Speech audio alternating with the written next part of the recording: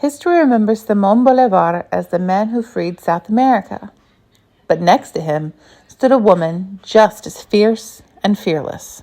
Manuela Sáenz de Vergara y Aizpuru was more than just his consort. She was a spy, a warrior, and a revolutionary who fought on the front lines, smuggled intelligence, and saved Bolivar's life from an assassination attempt. They called her la Liberadora del Libertador, the liberator of the liberator, and she earned that title with her courage, her cunning, and her defiance. Manuela was controversial from the moment she was born. Her mother was the daughter of a government lawyer in Ecuador, and her father was a pretty prominent Spanish merchant who was married to another woman. Back then, being born outside of marriage was a really big deal. So her mother was shunned by her family pretty much immediately. She passed away not too long afterwards.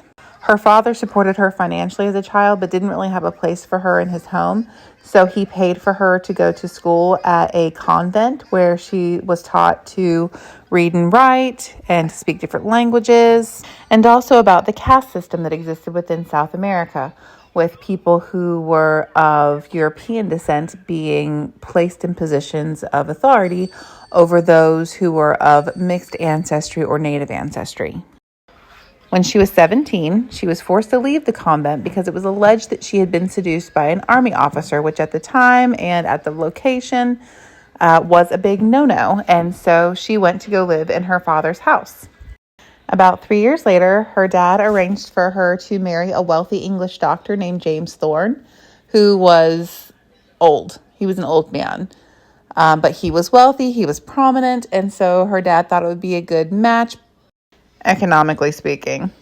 Manuela agreed to marry him, not because she particularly liked him that much, but because she felt obligated to her father to do so. They moved to Lima, Peru, and she started life as an aristocrat. She hosted and attended a lot of parties with political figures and military leaders at them, and through their stories, she became pretty radicalized for the cause of South American independence liberation. And in 1820, she participated in a conspiracy against the Viceroy of Peru. She and some of her female friends who were pro-independence would attempt to recruit colonial troops from royalist defense posts in Lima. Once the royalist troops were away from their posts, they could break into an arsenal, number one, and number two, they could convince a lot of the members of the regiment to defect and join the anti-Spanish army led by José de San Martín. This rebellion was successful, and she became known as a hero and known for her patriotism. In 1821, Peru proclaimed its own independence, led by José de San Martín. Manuela was regarded with the highest distinction in Peru. Her husband, on the other hand, was a royalist and, quite frankly, not very happy with his wife's doings. And so she decided to leave him. She decided to become estranged from him. And in 1822, she met Simón Bolivar. He was very exciting, adventurous, and they had a shared vision of freedom for the colonies of Spain. They became lovers and allies, but she wasn't just a romantic partner. She became his most trusted confidant and spy. Manuela was a fierce fighter for freedom. She served as a spy and informant. She would often intercept messages from the Spanish military and pass them along to the rebels. She went into battle multiple times. She liked to disguise herself as a man. She wore a colonel's uniform, and she would fight right alongside the troops. And off the battlefield, she fought to defend Bolivar. She boldly confronted his opponents and those who would defame his name. And on September 25th, 1828, there was a mutiny amongst some of the officers in Bolivar's army, and they attempted to assassinate him. She shielded him from his attackers by buying him time to escape and distracting and misleading the assassins. Bolivar fled through a window, and he survived. This earned her the nickname, the Liberator of the Liberator.